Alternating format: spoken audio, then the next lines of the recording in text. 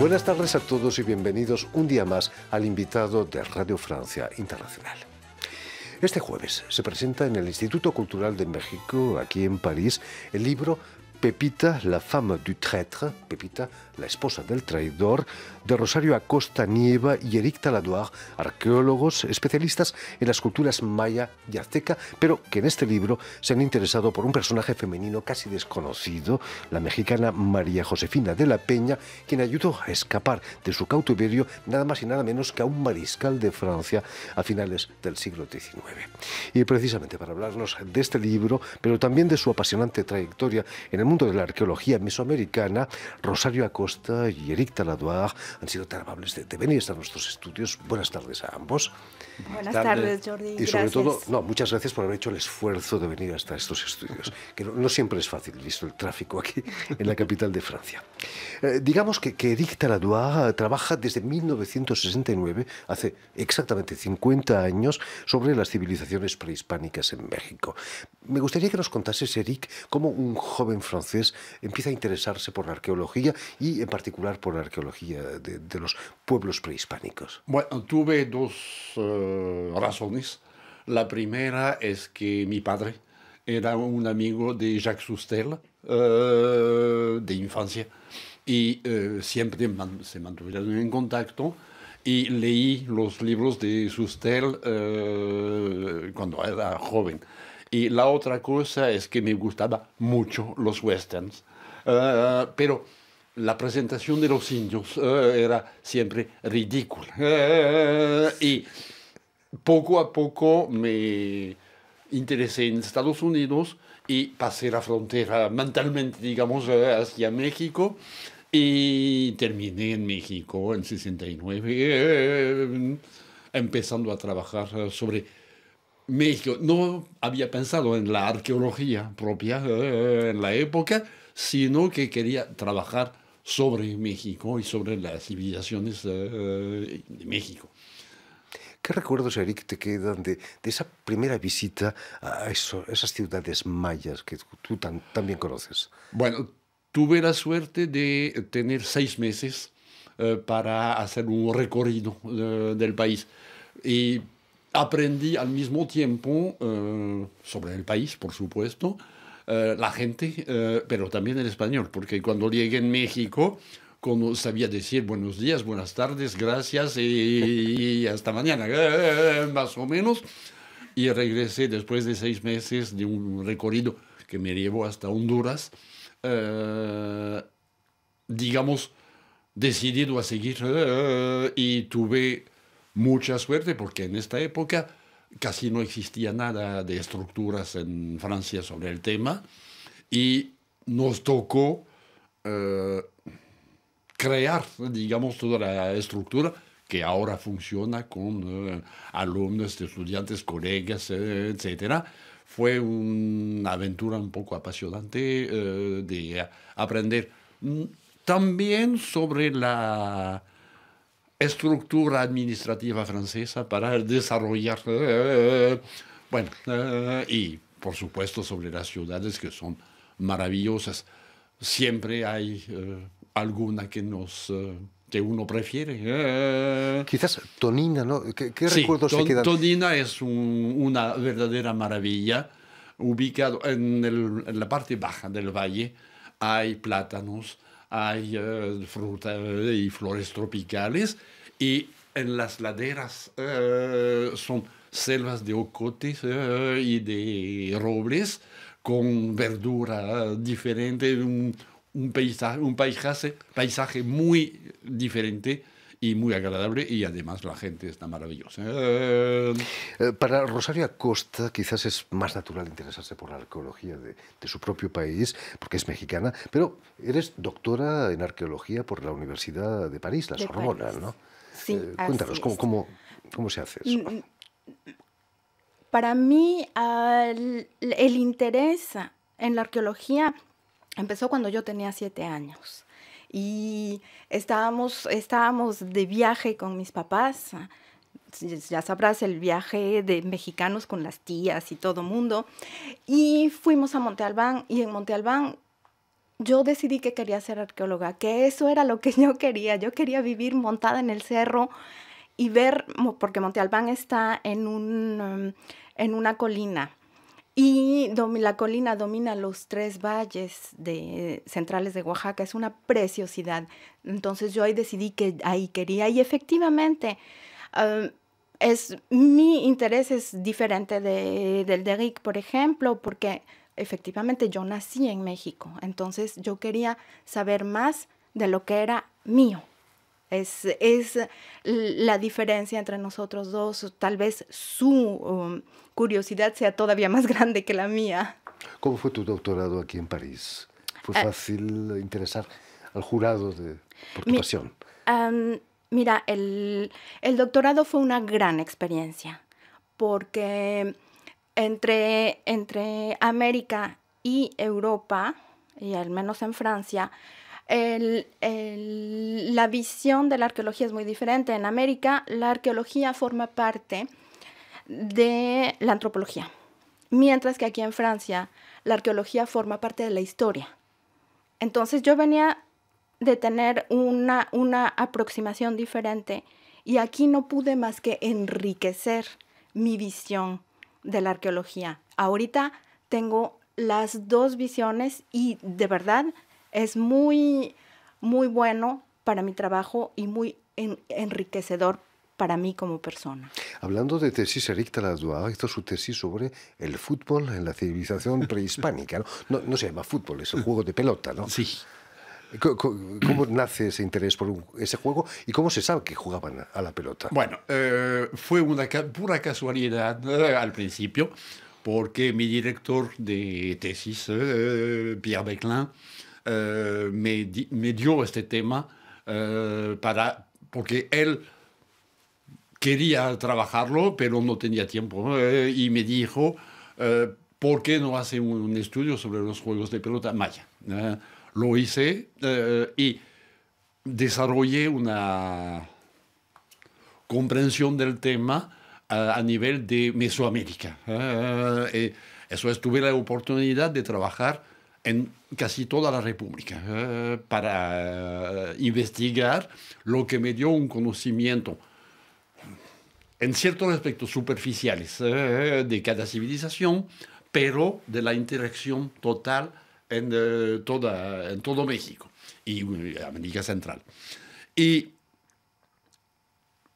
no sabía nada sobre el tema cuando empecé, pero cuando llegué a México por primera vez, vi jóvenes, niños, jugando fútbol en las calles, en cada oportunidad. Después, bueno, se desarrolló el béisbol y otras cosas, pero entendí de repente que el tema quedaba anclado, digamos, en las mentalidades, y dediqué mi tiempo a hacer esta tesis. Por suerte tuve la posibilidad de trabajar con colegas, porque el tema es enorme y hay muchos aspectos que no traté, porque... Es decir, que los ingleses no inventaron el fútbol. No.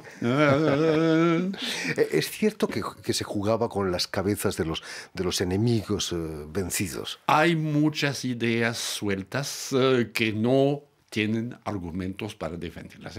Las cabezas de los enemigos, sí, decapitaban a veces a enemigos, pero no con las cabezas. Eso es una leyenda pura. No hay fundamentos para afirmarlo. ¿Se conocen las reglas de ese juego de pelota? Se pueden parecer a las nuestras, ¿no? Conocemos un poquito las reglas. Hay algunas que son evidentes. Cuando tienes una pelota de 3 kilos, no hay que tocarla con la cabeza. Eso es un problema de lógica.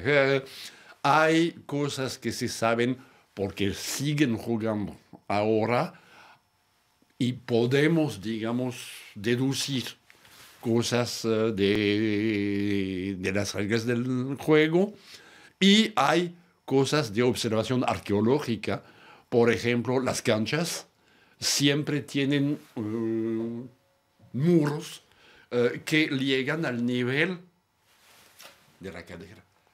Y se podía tocar la pelota con la cadera. Entonces, es un problema de lógica arqueológica. Entonces, podemos, digamos, entender, pero, por ejemplo, el conteo de los puntos resulta imposible. Difícil, ¿no? Sí. Recientemente has participado en un libro colectivo dedicado al pillaje arqueológico en Mesoamérica. El mercado del arte es más fuerte que las medidas que puedan instaurar los gobiernos, por ejemplo. Bueno, digamos que los coleccionistas, no se trata únicamente de México precolombino. El saqueo ahora es enorme en Francia, en las iglesias, por ejemplo. En Siria ni hablar, en Rusia, es un problema de tráfico mundial. Y desgraciadamente, aunque estamos peleando con la ayuda de instituciones, la policía, las aduanas, etc., pero la gente que compra las piezas tiene un dinero que no podemos... digamos. No se puede luchar contra eso. Exactamente. Volviendo al libro Pepita, la esposa del traidor, que vais a presentar este jueves en el Instituto Cultural de México, me gustaría que nos contases, Rosario, quizás, cómo nace la idea de dedicar un libro a una mexicana que participó tan activamente en la historia de Francia. Mira, esto empezó como una curiosidad. Una vez platicando en la noche, ya sabes, cuando rehaces el mundo, nos preguntamos, oye, ¿quién será esta niña a la que Fernando del Paso y Troncoso menciona en su libro Noticias del Imperio? Entonces nos pusimos a ver, tratando de reconstruir en nuestra memoria lo que hemos leído de la historia de México. Y llegamos a la conclusión que en el estado de nuestros conocimientos esa noche no podíamos saber quién era esa niña, porque todo el mundo la presentaba solo como la esposa del mariscal Bazaine. Entonces, esa misma noche decidimos lanzarnos a la búsqueda de Pepita sin saber exactamente a dónde nos llevaría esta investigación. ¿Qué encontrasteis de sorprendente en su vida? Lo que a mí más me sorprendió es que en esa época las mujeres pasaban del papá al esposo, no tenían derecho de nada, o sea, no votaban, evidentemente, pero además, fíjate qué chistoso, no solo en México, también en Francia, una mujer que viviera sola, aunque viviera sola con su hija, estaba desconsiderada en la sociedad. Pepita y su mamá, cuando el papá de Pepita murió, tuvieron que ir a vivir con su tío, aunque ellas tuvieran dinero propio y una casa propia, pero es que no era bien visto, ¿te das cuenta? Y cuando ella estuvo en Francia y que su esposo fue hecho prisionero por los alemanes, ella no pudo seguir viviendo en su casa.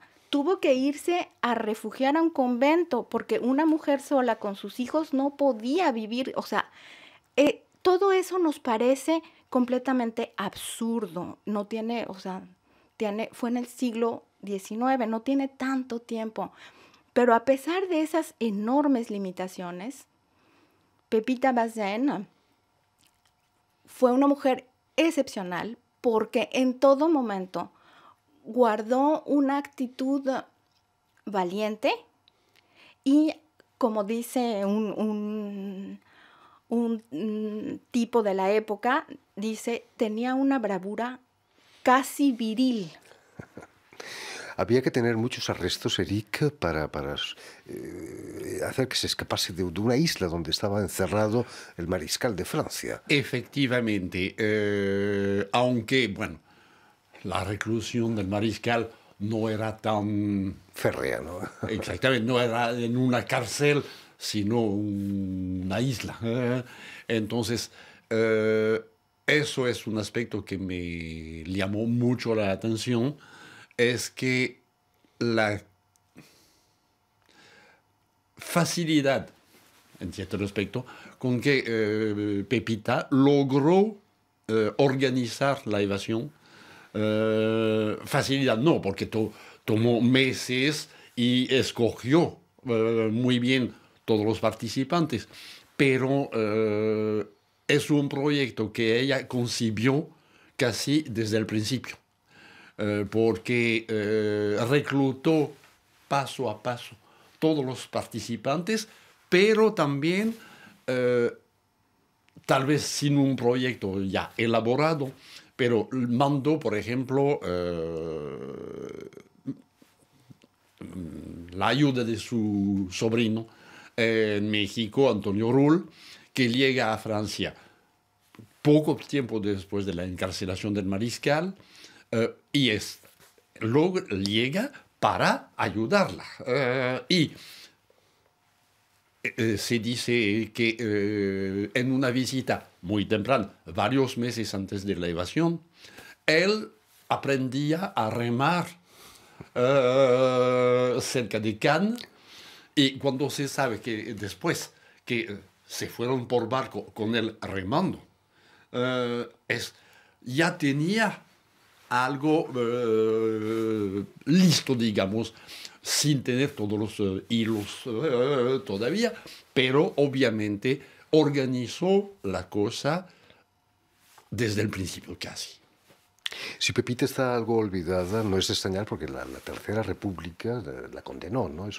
No se hace eso de ayudar a escapar a un mariscal acusado de alta traición, además. Mira, Pepita fue detestada desde que llegó a Francia. Cuando llegaron a Francia, se instalaron en Nancy y hay una descripción del hecho de que la gente de Nancy no la saludaba y además cuchicheaba detrás de ella.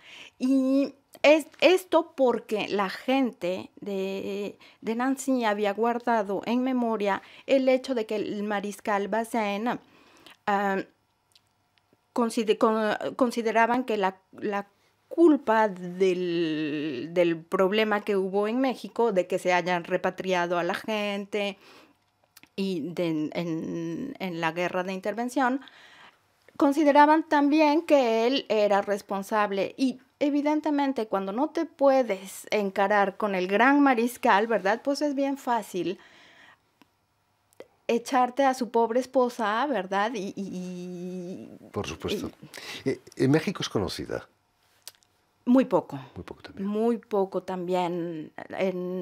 Nosotros en el cursus de México, en la escuela primaria, nos enseñan esta época más o menos, que es la intervención francesa, la guerra de intervención francesa, y evidentemente solo nos hablan de los grandes mariscales, de los grandes capitanes del lado mexicano, entonces no la mencionan nunca.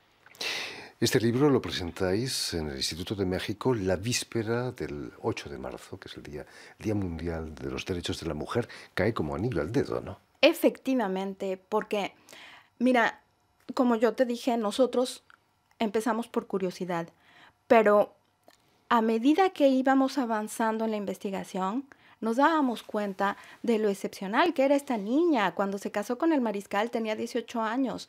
Cuando se escapó el mariscal, ella tenía 27, o sea, era muy, muy joven.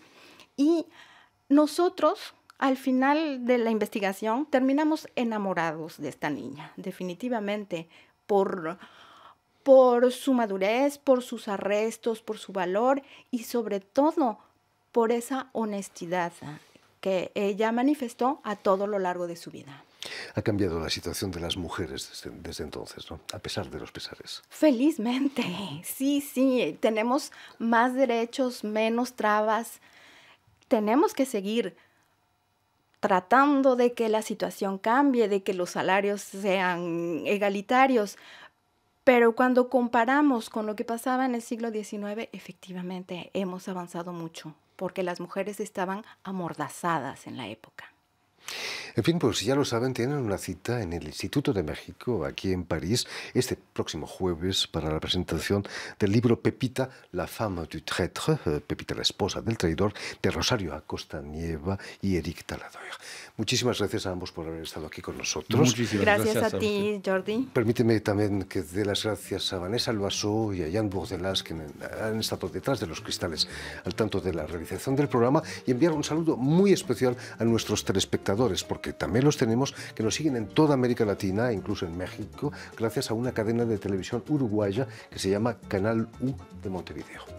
Y a ustedes muchísimas gracias por su atención y les damos cita para una nueva edición de El Invitado de Radio Francia Internacional.